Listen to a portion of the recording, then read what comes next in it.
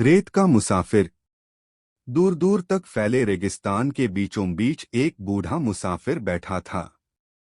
उसका चेहरा झुर्रियों से भरा था, लेकिन आंखों में गहरी शांति थी। सफेद लिबास पहने वह दोनों हाथों को जोड़कर जैसे किसी पुरानी याद में खोया हुआ था। यह बुजुर्ग हकीम साहब थे, जिनकी कहानियां रेगिस्तान के कबीले वालों के बीच मशहूर थीं। कहा जाता था कि वह कभी एक अमीर सौदागर हुआ करते थे, लेकिन वक्त ने उन्हें फकीर बना दिया। वर्षों पहले उन्होंने दौलत की चकाचौंध छोड़कर इस रेगिस्तान को ही अपना घर बना लिया था। एक दिन एक नौजवान मुसाफिर वहां से गुजरा और हकीम साहब को यूं अकेले बैठा देखकर उनके पास गया। बाबा, आप यहाँ अकेले क्यों बैठे हैं?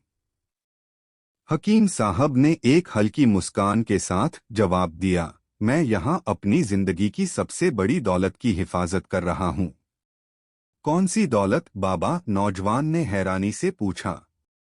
बूढ़े हकीम ने रेगिस्तान की लहराती रेत की ओर इशारा करते हुए कहा, सब कुछ रेत में मिल जाता है, लेकिन यादें यादें हमेशा जिंदा रहती हैं। मेरी दौलत मेरी यादें हैं, और मैं बस उन्हीं को संजोने यहाँ बैठा हूँ।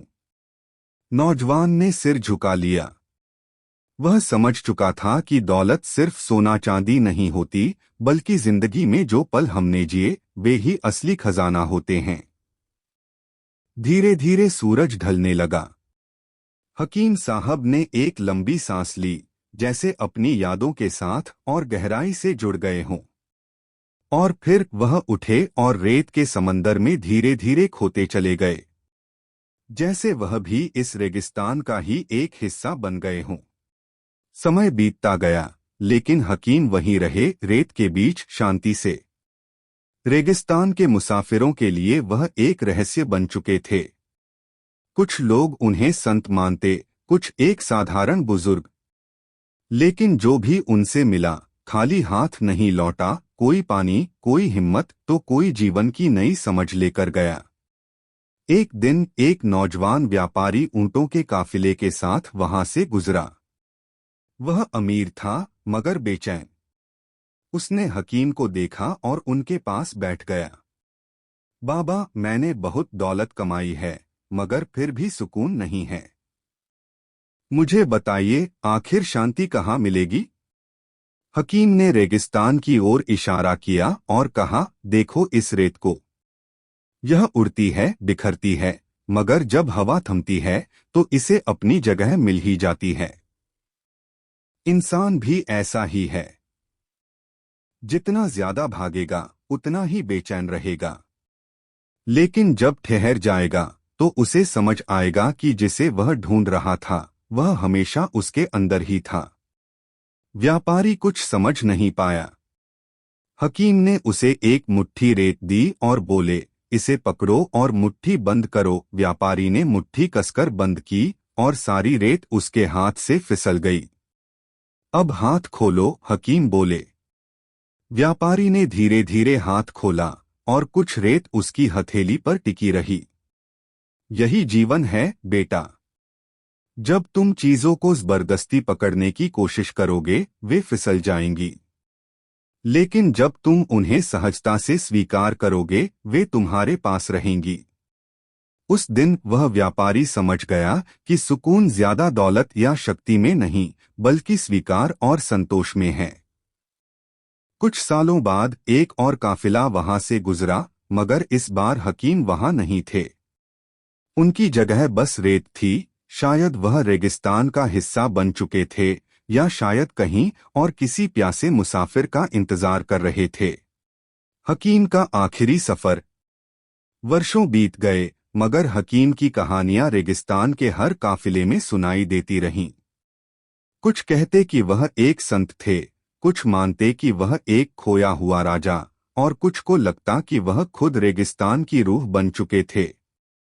लेकिन सच्चाई सिर्फ उन लोगों को पता थी जो उनसे मिले थे, जिन्होंने उनकी आंखों में गहराई देखी थी, जिनके दिलों में उनकी बातें उतर गई थीं। एक आखिरी मुलाकात। एक दिन एक छोटी लड़की अपने पिता के ऊंट काफिले के साथ रेगिस्तान से गुजर रही थी। सफर लंबा था और रास्ते में उन्हें हकीम से मिलने का सौभाग्य मिला। लड़की ने पूछा, बाबा, क्या आप कभी इस रेगिस्तान से बाहर नहीं जाते? हकीम मुस्कुराए और बोले, बेटी, जब तक कोई जगह तुम्हें बुलाती रहे तब तक वहीं रहना चाहिए, और जब समय आएगा तो ये रेगिस्तान खुद मुझे विदा कर देगा। लड़की ने उनकी ओर देखा और मासूमियत से पूछा, तो आप यहाँ कब तक रहेंगे? हकीम ने आसमान की ओर देखा, गहरी सांस ली और कहा, जब तक रेत मुझे अपनी बाहों में समेट नहीं लेती। उस रात रेगिस्तान में एक तूफान उठा। तेज हवाओं ने रेत को उड़ा दिया और जब सुबह हुई तो हकीम वहां नहीं थे। हकीम की अमरता। कहते हैं कि रेगिस्तान की लहराती रेत में अगर ध्यान से सुना जाए तो अब भी हकीम की आवाज गूंजती है। उनकी सीख, उनकी कहानियां अब भी मुसाफिरों के कानों तक पहुंचती हैं। कुछ कहते हैं कि उन्होंने एक नए सफर की ओर कदम बढ़ा दिए, तो कुछ मानते हैं कि वह रेगिस्तान का ही हिस्सा बन गए। लेकिन एक बात तय थी, हकीम सिर्फ एक इंसान नहीं थे, वह एक एहसास थे। और एहसास कभी मरते नहीं। वे हमेशा जिंदा रहते हैं, हवा में, कहानियों में और उन दिलों में जो सुकून की तलाश में होते हैं।